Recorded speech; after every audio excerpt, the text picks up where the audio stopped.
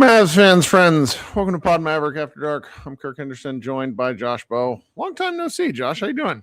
I know. Cold. Not as cold. Cold. Yeah, there's been a lot happening. I looked at the calendar today, and on January 15th, my youngest child threw up on the way home from school. So he made it through the day. It's a Thursday. Since then, both of my children have been in school a combined 1 day. So we're all mad here, a little bit losing it. Thank you for holding down the fort for me for a couple of days because I was also sick. Like it was just Your a rough family is sick. Just a rough, it's so great. It's the funny part about the New Year's where it's like, oh, we're going to start doing this, new habits, blah, blah, blah. And then 3 weeks into the year, just a kidney punch by whatever daycare illness, followed by the snow, whatever ice apocalypse we're living in now. It is Wednesday night. The Mavericks had an odd 3 days off because the Sunday game for the Mavericks was postponed probably until February 19th, which means they're actually returning from All-Star break like a day early. Something we're going to have to keep in mind over at Mavs Moneyball. So 3 days off after they lost the Lakers, and they played the Timberwolves tonight and lost 118-105. Cooper Flagg did not suit up. I think that was probably we're getting eerily close to like is there institutional tanking occurring? I saw no issue with his ankle against the Lakers. I'll tell you that much. He looked fantastic. But that is what it is. But when Cooper Flagg doesn't play and when Klay Thompson doesn't play, this Maverick offense becomes very, very grindy. Yeah. What do you think about tonight's game, Josh? Yeah, I mean, our kind of shared take was like if you took Klay off the Mavericks, that would kind of start the tank in earnest. And you look at this game because of how important he is to like them having any semblance of modern space. Like even with Klay, they're not a good 3-point shooting team. That's right. And they have two of the best 3-point shooters in the league, and they're a bottom 5 3-point shooting team. So imagine when you take one of them away, and then Max Christie might as well have not played because he was 0 for 5 from 3. I mean, they were 3 of 18 from 3. The 3 makes is abhorrent. The 18 attempts is also like what? Yeah, I mean they scored 60 points in the paint, but it didn't really matter. Yeah, I mean this was an awful game. I really didn't like it. This was third or fourth time this year where I've really been like, okay, this game doesn't even hold my interest. I mean, the Mavericks shot 39 free throws and the Wolves shot 27. I mean, it was ugly. It was stop. It was start. It was stop. It was start. There was no flow. It didn't help that the Wolves for like 75% of this game looked completely disinterested in playing it. And then the Mavericks couldn't do anything about it because they're just bad. So it was like an older brother playing pickup in the hoops with their younger kid and not taking it seriously. But the Mavericks, the younger brother is still not going to win because, it's not, they're like 2 feet tall or whatever. Like it was just, it made for a maddening like entertainment from the entertainment aspect of it. It was just maddening to watch. And so you talked about this with frenemy of the show on the Twitter, maybe within the last 5 or 6 days. I can't remember it, but I just don't understand how the Mavericks play hard is not a big part of the scouting report on them because every team is caught unaware. And I don't think you're a regular Bill Simmons listener. He had on Tim Legler in his most recent show. And Legler talked about how the night in, night out basketball quality around the NBA is really bad. Like that's what they were talking about. Yes. And Legler said, like the easiest way to wins a lot of nights is just playing hard. And the Mavericks are probably, they won 4 in a row and nearly beat the Lakers to make it 5 in a row, almost entirely on the backs of playing hard. And I just don't understand. Like the Wolves had lost 5 of 6 coming into this game against the Mavericks. And yes, they won, but they are a significantly better team than the Mavericks and did not play like it. This was a pretty piss poor performance from them, even though, they scored 118 points. Like and granted, good teams have those nights, but they're not good enough. And I just don't understand this with what we're seeing from some of these teams in the NBA lately, where it's like the Mavericks they're not a bottom 5 team, but they're definitely a bottom 10 team. And this is just surprising to every team we play against. It's very silly. I mean, this version of the Mavericks without Kyrie Irving, but full health. So Anthony Davis, Washington, Gafford. We've seen that team play, not a lot, but enough. Like that's they were about, let's just say with Anthony Davis, because he's their best player. With Anthony Davis, they're legitimate. They're a 500 team. Yes. So already Literally. that's not bad, but that's not great. Yeah. So without him, without a lot of other pieces, no Cooper, no Klay, you've got PJ and Gafford kind of working their way back through their injury morass. Although, Gafford perked up a little bit tonight. PJ was bad for 3 quarters and then good in the 4th. Like, so without those guys, a 500 team missing, 3 of their best 5 players. Presuming like this isn't a Kyrie comment. It's just like Kyrie doesn't exist this season. Like, just imagine he's not there because he's just hurt. They should be up by more than 2 in the first quarter. When the Mavericks had 8 turnovers in the first quarter, the Mavericks had 3 turnovers in the first 90 seconds of the game, and they had the lead 4 minutes into the game. And I'm just like, what? And it's like, it kind of breaks my heart because the Mavericks are playing hard. They're just bad. They're just throwing the ball away. Like they're still chasing down loose balls. They're still going second effort on their offensive glass was pretty absurd. Like they kicked the Wolves' ass on the glass tonight. I don't know. Which is shocking. Final. Yes. A team with Rudy Gobert getting their ass kicked on the glass. Rudy Gobert and Julius Randle, who are not bad. Yep. I know Randle's not an incredible rebounder, but still. And Naz Reid, like the Wolves are a big athletic team, and the Mavericks out rebounded them 50-42. They had 14 offensive rebounds. Like, and it wasn't because the Mavericks, and again, the offensive rebounds, they weren't because the Mavericks were shooting and missing a lot. The Mavericks only shot 18 threes. Now they missed 15 of them, but like there weren't a lot of long rebounds. Like it was just like Dwight Powell out efforting the Wolves front court a lot of the times. I'm just like, wait, what? Or Gafford had a couple offensive rebounds where he just flat out outworked the Wolves front court. So yeah, like that, I don't know if teams see the record that Dallas has and just thinks that they can walk in and just kind of win with like a B- C+ effort. But the Mavericks don't, they play harder than that. And we say all that, and they lost by 13. They were down double digits for most of the second half. Playing hard only gets you so much. Yep. They can't shoot. They can't hold on to the ball. They don't have a point guard. Like they don't have a real point guard. And it just keep coming back to that. They play hard. They get out in transition. Cooper Flagg's awesome. When AD's on the floor, they play some good defense. But like, it's hard to win in 2026 in the NBA without like a legitimate stabilizing force at point guard. Yep.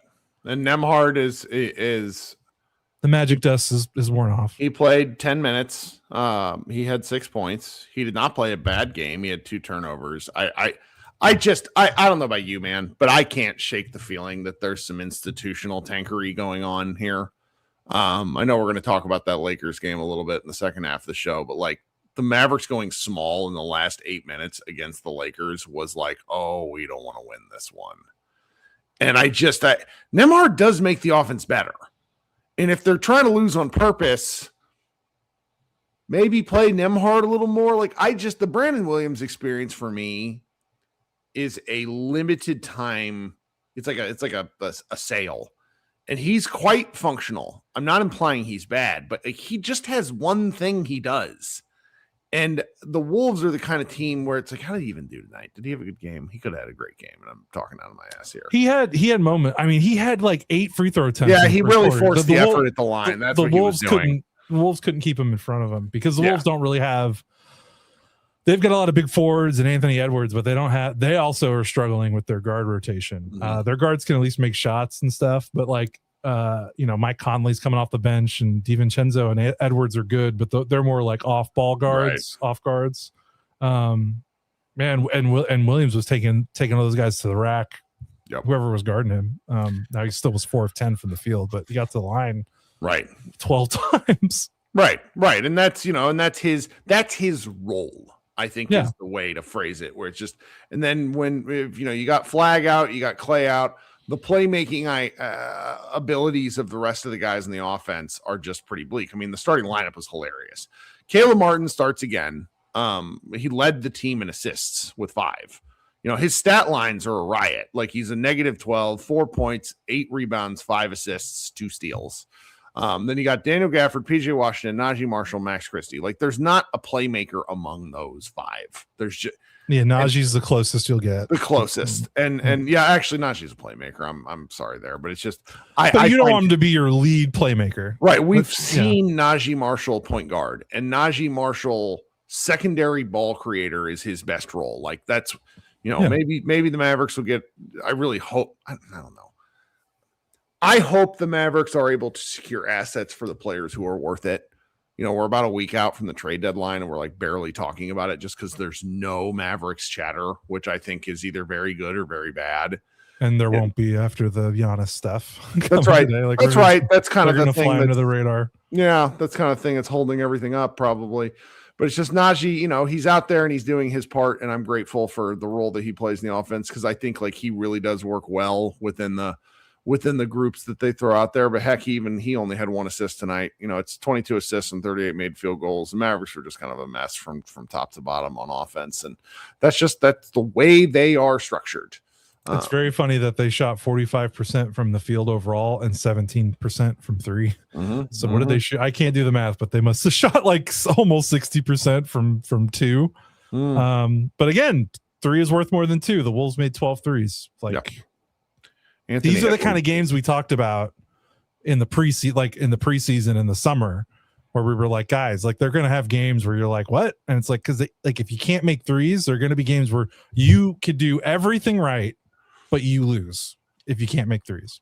And now they didn't do everything right because they didn't guard, but they hung around a lot more than they should have. Right, because because they can score in the paint, they drive really well. But if you can't shoot, you can't close the gap. Just a quick thought, because I think this is a good comment from Mav 41 fan. Keep Najee because he's a bargain. Trade Gafford, Klay, and PJ for sure. The reason I don't think you keep Najee, I just want to put this out there, is the Mavericks aren't going to pay Najee what he's due when he gets that, because he makes $9 million a year now, which is a bargain. It is a bargain. Like, on the open market, he might make double that. And the Mavericks in the state that they're in are not paying double that because they can't afford it. Yeah, and he'll be an unrestricted free agent in the summer of 2020. I mean, they could keep him. Like, that's not what I mean. They could afford it, but it makes no sense for them to try to afford it. Like, that's all. And he'll be 30 by the time he gets his next contract. Yes. Yeah. So you can't keep signing a bunch of 30-year-olds to extensions when you have 19-year-old Cooper Flagg. Right. Anyway, it's like, they're good players. The Mavericks are great players. The Mavericks have interesting assets in interesting situations, and it's, Josh and I aren't exactly trade experts, which is part of why we don't talk about these things more. But that's just sort of the way it was. Is there anything else from that game that were worth talking about? Julius Randle. I love that he just balls out every time he's in Dallas. It's good for him. Like, it's his hometown. Like, he should. But yeah, another game where I come away not impressed with the opponent the Mavericks played, which I feel like has been every game. And that's led to me having conversations with friends where I'm like, man, I feel like there's not a lot of good teams in the NBA this year. And it's like, is that actually true? Or is it because I'm a Mavericks media person and I just watch the Mavericks play these teams and the Mavericks are a non-playoff team making games competitive against teams that should be blowing them off the court? And I think that might be my bias. No, that's part of it. I mean, I'm looking at the Eastern Conference. I like the Pistons, but also think that they're very 2022 Dallas Mavericks-y. Paper tiger? Yeah, not paper tiger, but it's like, if one thing goes wrong for them, they're not going to be able to fix it in the playoffs. Maybe more 2007 Dallas Mavericks-y, if that makes any sense, where it's like, once Dirk got blitzed from the weak side, it's like, if Cade Cunningham isn't carrying them, then they have a hard time scoring. That's just, and then I look at the rest. They should be calling the Mavericks every day for Klay. For sure. Every day. I mean, and I like some of these other teams in the East, but they're not super impressive to me. I mean, what Boston has done is interesting, but it also really speaks to how weak that conference is. The Mavericks just beat the Knicks by a billion points. Now you go out west. I have a great appreciation for the Thunder. We're going to see the Spurs twice in the coming weeks, so we'll develop an appreciation for them. The Nuggets, I think this Jokic being out thing has actually probably helped them more than it hurt them in terms of what they're building towards. And then after that, there's just a clear fall off. I mean, Steven Adams is out for the season for the Rockets. They don't frighten me. They just don't. Maybe something will change. And then, you go down the list. I appreciate, like, I wouldn't want to see the Lakers in the series, but I also would want to see the Lakers in the series. I don't want to play Luka, but it's also like, if I kind of want to play everyone else on that team. Right. And if you play, but honestly, if you get one up on the Lakers, like, they might go down, like they might fold like a house of cards. Like, they're just that team is just and then the rest of it, we kind of know. I mean, the Clippers are probably the only really interesting dark horse team. I mean, did you see how, like, they're on like a 15-3 run right now, and one of their bloggers who jokingly tweeted that he'd eat his tweet now has to do that. So that's hilarious. I think he already did it. Good for him. Good guy. I love living up stuff like that. But yeah, why don't we say we take a quick break here then? Okay, sounds good. All right. If you know how to support the show, tell your friends. Josh and I are trying. We're a bit in the doldrums right now. We'll get through it. Trade deadline will help. You can also listen to the ads, which I'll be inserting here shortly, and there are links directly within the show notes. Josh and I will be right back. Okay, thank you so much for waiting. I will host a Mavs party if there's interest. There's not a lot of folks in the show right now, which is fine. Like that, you guys got choices. Everybody in the Dallas area is dealing with being home from work and school due to the snow. It's not like I expected a lot of people in here on a Wednesday in January, but I will host a show if there's interest. But anybody else listening, you can tune into this to hear Josh and I. If you have takes you want to get off, hang around for the live show. We can talk about it. The Mavericks, of course, play tomorrow night, and so we'll be doing this all over again. And that's the honored Norm. How do you say Norm Sanju? Yep. His former general manager. I love the history stuff like that. It's just interesting to me. And then they are also retiring Mark Aguirre's jersey tomorrow night, which I need to go dig up Brent's post about why that matters to him as an older Mavs fan, and why he thinks he wrote a really convincing argument for like why honoring a team's history is important. And one of the biggest mistakes Mark Cuban made, I think, was not paying enough attention to the Mavericks history due to kind of petty grievances. Yeah, like what's going on? I think I know the answer to this question, but is Mark Cuban just like a big asshole? Like, I think there were probably some backdoor agreements where it's like, we're not going to do these things if you buy the team. And I think he wanted to appreciate those things. Maybe weird. It is weird, but Mark is also very petty. Like, we just know this. Even like the Norm guy, like what, like why? It's just weird. I get that. I know that the Mark thing is complicated, right? But it's just like I see like the Norm thing, like he's crying at midcourt and he's happy. I'm just like, why did it take him so long to do this? But again, I don't know the full story. Well, then right, and then the things we see that we make fun of, where we were like, and I shouldn't have done this, but it still is funny to me, where it's like they retired the former Cap guy who they gave him a send-off, and like we're all out here kind of pissed, not at him because it's not his fault that he held these positions, but it's like Cuban will put him in these positions that he like clearly wasn't qualified for in like the modern NBA. And it's like some of the stuff that Mark did just weird, like but the Aguirre thing, I understand that things aren't perfect, but like the team's first number 1 overall pick who had a good career and who is important to the Mavericks history. Like, that's what you honor. You honor a team's history. Do we need to have the 3 J's up in the rafters? No. Should they be a part of the Mavericks history in some way, shape, or form? Yes. Mm-hmm. Our country, frankly, sucks at this.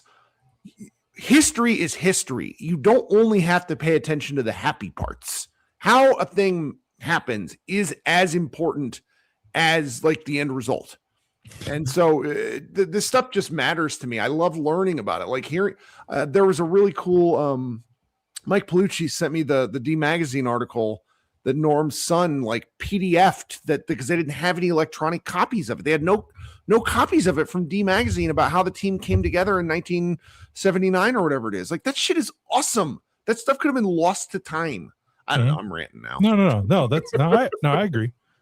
I mean, what we just is the trophy case with all the stuff they took out the Luka stuff. They put it back in. Like I want it back in. The story of the Mavericks is the story. Like for those of us who watch this and are in live shows and who have done this, who pay attention to the team day in and day out, seeing things get wiped away is as insulting to the fans as it is to the actual people involved. Because it means that what you watched didn't matter if you wipe it away as a team. Yeah, so. I'm with you. All right, what else are we going to talk about? I don't remember. Hey, what were you doing at that Lakers game last weekend? I was watching TV and I saw someone that looked kind of like you in a suite. Look, man, there are weird things that happen in these jobs. I'm sure you have stories that you've never shared just from your time covering the Mavericks when you used to do the beat, high school teams, etc. But this is just a top flight level weird experience. So the Mavericks played the Lakers on Saturday. Saturday was, I don't even remember the day. It feels like 4 weeks ago. Yes, now. that's part of the problem here. Yeah. So a week before the Friday night, I get a DM from an account that I don't recognize asking if I would like to go to the Lakers game as a guest of Luka Doncic. That was the message boiled down. That sounds like a scam. Okay. Then a Mavs 41 fan asks a really good question, which I'll get to that in a second. After some back and forth and confirming, turned out to be a legitimate account. It ended up being the manager of Luka Doncic. Her name's Laura Beth. Wonderfully nice lady. She was Dirk's manager too. Dirk's, or something He helped Dirk when Dirk was playing. Yeah. And so what ended up being the case, and I didn't really it's one of these situations where I talked about it with you. Like we cover the Mavs. We make money off the Dallas Mavericks. It's not a lot. It certainly doesn't justify the amount of time we spend on this thing, but it is still money. We talked about kind of the ethics involved, just being upfront with everyone. Kevin Gray deleted it and blocked the number, right? It was a weird thing. It was very confusing. And then we agreed that I would go. They said we could bring a guest. And when especially for Parker, that's why you had to go no matter what. That was really it because I'm trying to think, telling the story out of order. Yeah. Most people know this, and anybody listening right now is like a hardcore fan of the show, so we value you. The day that Luka was traded, the day that I did the 4-hour telecast kind of by myself, the live show, was the same day I found out my father was diagnosed with pancreatic cancer. So that weekend, we had to start. We talked to Parker about, he was 8 at the time. First, we had to talk to him about Grandpa, which was terrible, just awful. And that was, a 6-week process because my father died in March. And then the next day, we also had to talk to him about Luka, which was awful because I really certain things I can say. It's like cancer. You have no answers. It's awful. Why did Luka Doncic get traded? I really have no answers.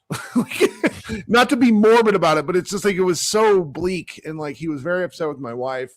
My wife was kind of letting me have the day off parenting to a degree because I was up all night recording that show. It was tough. There's a lot to deal with all at once. And so a lot of my feelings are all mixed together there in a way that I probably need therapy. Can't really separate that. That's tough. Yeah. So we get this invitation, and I was like, oh, I really want to bring Parker. So week goes on. I don't tell him. He's 9. He has pretty rough ADHD. I figured if I had told him, that would become the hyper focus of the week. And we needed him to get through school and everything else. So Saturday, it's all disgusting weather. At about 5:00 rolls around. I tell him we're going, and he's like, going to what? He's like, the game. And apparently my wife had sort of let him know that it was an opportunity if he had behaved himself that day, which he was alarmingly good all day. I should have known something was up. So we go drive down early, and he's like, why are we getting there so early? And I'm like, well, the person who gave us the tickets just asked that we get there early. And because I didn't pay for these tickets, we're doing what we're asked. He was like, oh, okay.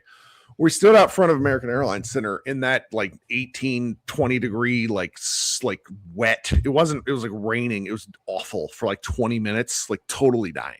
And I just looked at him and I was like, buddy, this is why we play an indoor sport. Like, just remember this. So we get inside, we go to the section where we were told to go. And, he's all not paying attention. So when someone's like, are you here for the thing? I was like, oh, yeah. So they let us go down to the seats because ushers normally block you.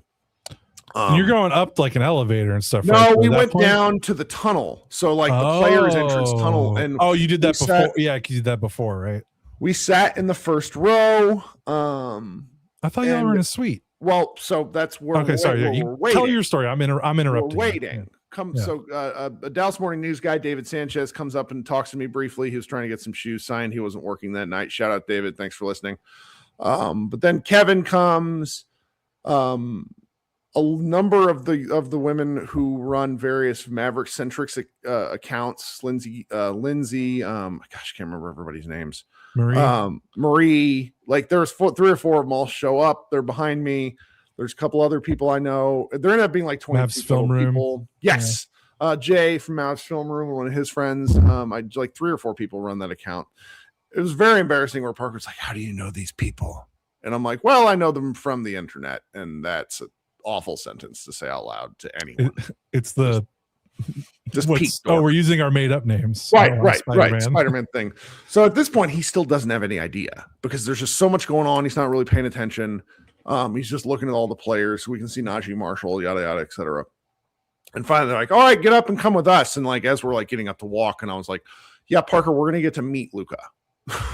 So we walk out the thing, walk down into the tunnel, walk back into the tunnel, and he's standing there. At this point, he says, I just want to thank everyone for their support the last year. This place, means a lot to me. And at that point, he's not a man of many words. They funnel us. Oh, like he walks by everyone, signs something if you want him to. He signed Parker's Lakers jersey that he was wearing. Why Parker has a Lakers jersey, we blame his mother for this. That was apparently a purchase the day after Luka was traded.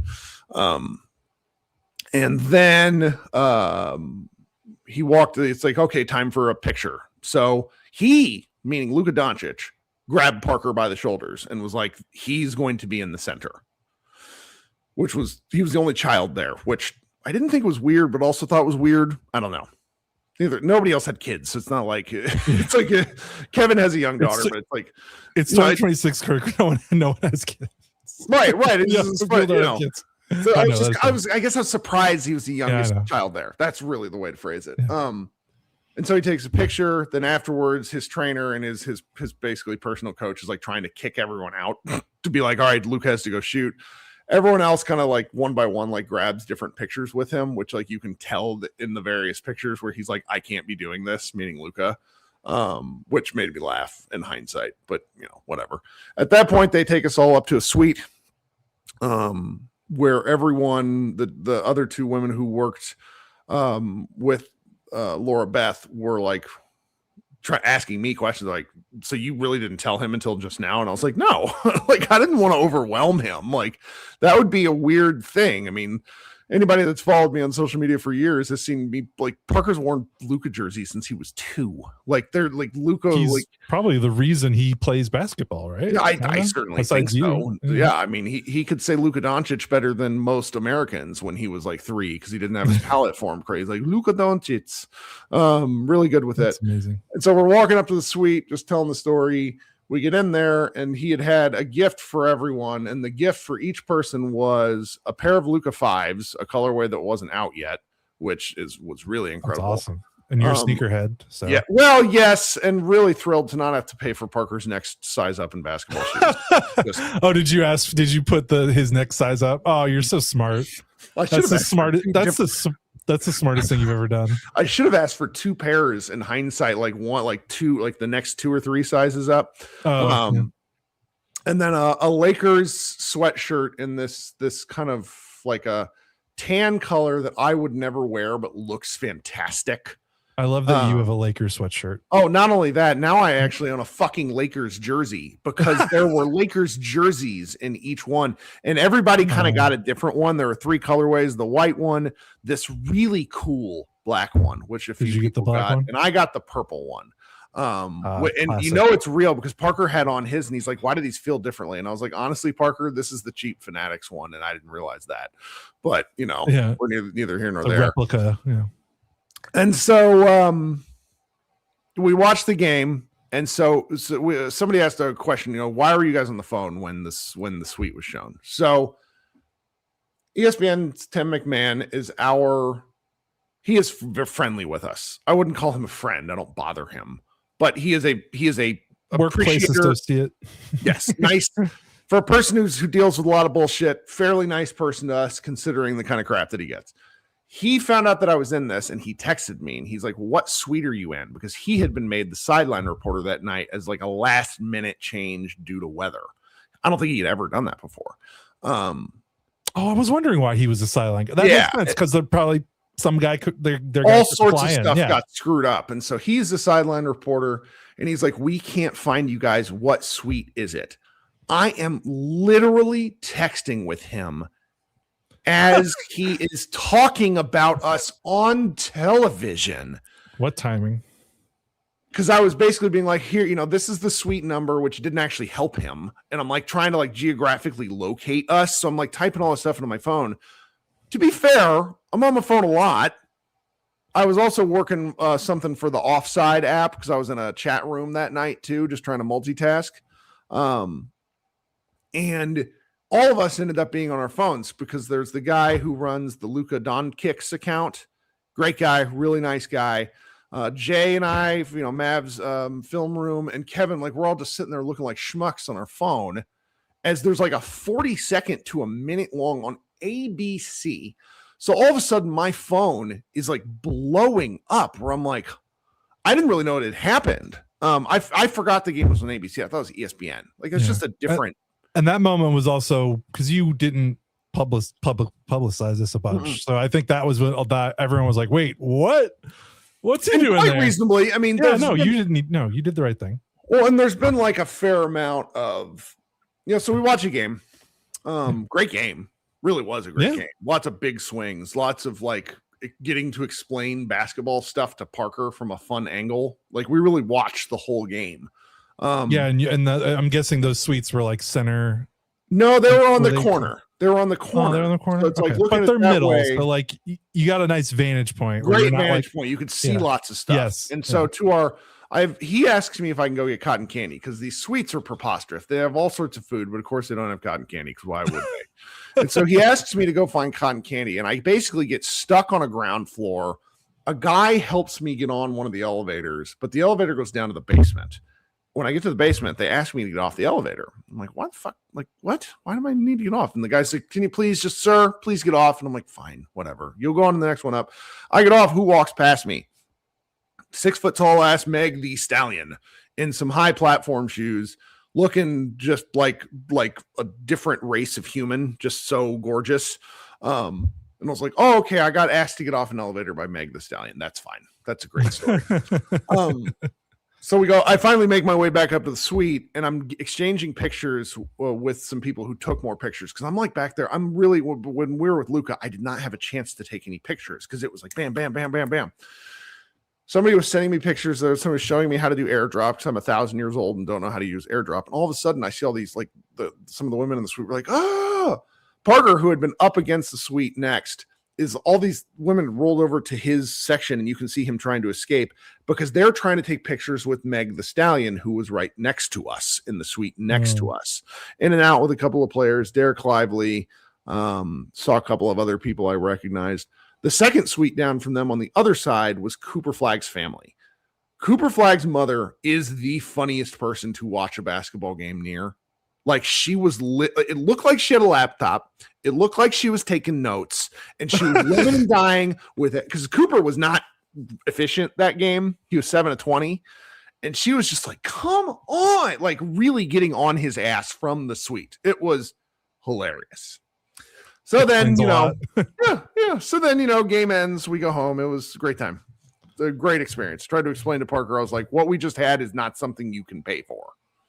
Right. This was a time, once in a lifetime thing. And, he's related to me, and in a shock to no one, he always has something to say. And this was an event where he didn't really say much because he was just like, Yeah. So good time. Yeah. I want to know more about like Parker's reaction to this. Cause again, like Luka, from what you've told me, like Luka might be the reason he's playing basketball. Like, was there did he say anything to Luka like when they got to meet and interact? Like, what was his? I think he was so stunned. He's just done. Okay. He was very willing. He was so happy to be there. Luka looked like this was one of those games where Luka looked great. Like physically, he looked fantastic. Yeah. And so we're back there with him, and he's just all slit and fit and slim. And Parker's got he's like his big old hands on Parker's shoulders. So I think he was probably as excited as I've seen him about anything. I mean, just to be perfectly honest with the audience, like he's the firstborn and he was the only grandchild of a certain age for a pretty wide gap on both sides. So to say he's spoiled might be an understatement. Mm-hmm. So certain things don't exactly move him in a way that would have moved me as the final child of a family. But he was totally into it. Like it was really neat. No, you don't have to. I went to my mom's house to try to help dig her out of her ice driveway. And my mom had 3 boys. I have 2 brothers. My mom grew up she lost her mom at an early age, like when she was 9, and had an older brother. So she grew up with her dad and her older brother, then had 3 boys. So, I have a daughter, and that's going to probably be her only grandchild. I have an older brother that's not having kids. Obviously, he's like in his 40s. So that's like her daughter, that's the one chance. Yeah. That's her girl. So we came over today, and I'm helping. I go back inside, and Maddie's got Valentine's Day stuff in her hands. I'm like, why does she have it? She's like, I didn't have a surprise for her. This is all I had, so I gave it to her early. I was like, you could just not give her anything. She's like, that's not an option. I was like, you know what? I don't. It's okay. So I get the firstborn thing. It's okay. But that's all, like, no, go ahead. And I want to note something. So it's like, I am a oversharer. My Twitter account is that way. I didn't really tweet much. I've not put up any Instagram videos. I've really sort of struggled is not the right word, but because the kids have been home, I've not really processed very much. And I mean, it's Saturday, Sunday, my kids haven't gone a day. Like I've just a lot going on here. Haven't really processed it super well. I want to eventually. I do want to note, because there was, this happens with the internet. I don't blame anybody for feeling this way. There was a lot of really shitty comments that I saw. I don't feel like, and I don't want to speak for anyone, but anyone that was in that suite, I would like to think nobody felt like they deserved that. Every single person there was so stunned that this happened, because who's even heard of anything like this from a guy who got traded? Everyone was so grateful and happy to be there. And I want to note that I really think that it was the people that were there were representative of the people who still love Luka in Dallas. It wasn't that Laura Beth went and selected her favorite 22 people. She selected 22 people. Some people were content creators, not going to make that up, but a lot weren't. And I don't really, and I don't mean to be disrespectful to anybody that just tweets, but tweeting is not the same as making videos, as making articles. It's stream of consciousness. A lot of us should tweet. Maybe most of us should tweet less. Just a general piece of advice to the world coming from me, who has 700,000 of them. But I don't think anybody felt like they deserved it. And anybody that really would have wanted to be there, I totally understand it. I was very close to turning it down for kind of ethical reasons until it became clear that I'd be able to bring my kid. Mm-hmm. Yep. Yeah, and I didn't speak to Luka. I don't really have any, I've never been one to really want to talk to athletes because I don't know what I would say. It's not that I can't relate. And I'm very grateful for Luka. I was very critical of him. Like I'm critical of everything. You also willed him to the team, so yeah. But a lot of people don't remember that because they weren't here. So I know. But it was a wild experience, and I'm glad I got to do it. Yeah, I'm glad. That's awesome. Again, the thing with your son, that's the thing that I just keep coming back to. Like that's gonna make it count for a while. That's really cool that he did it. I think it's pretty cool that it was pretty under the radar. I mean, he didn't. I don't think like if I had no one really publicized it. Wouldn't have been on TV. Yeah, and I mean, good on the people that we didn't know who he really invited. I think we knew Kevin maybe reached out to you because again, Kevin reached out to me on Friday night. He was like, "Is this shit real, man?" Yeah. But like, good on everyone that got reached out that didn't like, oh look, I'm going. Like, I think everyone played it really, really well. Which I think goes to say like how genuine it kind of felt. It seemed like it felt. I'm just outside looking. Well, do you want to know something funny? I do want to know something. You'll like funny. this. Okay. Mavs film room, Jay. Jay was one of these guys who's followed us for 15 years. He's a younger guy. He's in his 20s. And we, as a result, when he started doing Mavs film room stuff, there have been times where I was incredibly mean to him. Borderline internet bullying, because I'd be like, do something. And so I caught him saying something to that effect where he's like, yeah, to think if I hadn't done anything. And I just kind of chimed in over the popcorn. I was like, yeah, when I was a real asshole to you about all that stuff too. And I'm glad I was. Otherwise you wouldn't be. You motherfucker.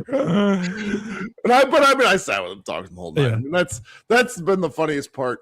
People that's why it's like we host a live show, for example, or I host a live show, the second one. Because I just want to talk to people. Like everybody gets so pissed at one another when they talk on the screens. And it's like, it's great. It's great just getting to talk to people as real human beings. More of that. Yeah. So. And you haven't been to a game in a while, just in general, right? Home game, or did you go earlier? I know sometimes you get friends. No, I've not been since maybe 2 years. This is a fun question. More on the ethical dilemma, bought and paid for commentary on Luka. I mean, I got death threats for suggesting correctly that he was fat. So I'm not really, there are a couple accounts out there that don't like, and I mean this, like you're allowed to fan however you want, but there are a fair number of accounts out there who view Luka criticism as Luka hatred. Like they can't understand the difference. So I don't really ever think I was in a position of doing anything. Like I loved Luka in spite of the things. It's never swept it aside. Like you should see me as a parent. I'm a difficult person. My poor child. So no, you're not. No, not you. Well, yeah. We talked about that part. That's less like. I mean, that's stuff. I went to journalism. That's my like. Sometimes my 1950s like Washington. Well, if I went to games, if I was regularly talking to these guys, this wouldn't have happened for me. Yeah, or you let Mary take Parker or something. Yeah, no, 100%. Yeah, I mean, it just would have been but for me, it's always been the case where I've been very clear about my bias and my intentions.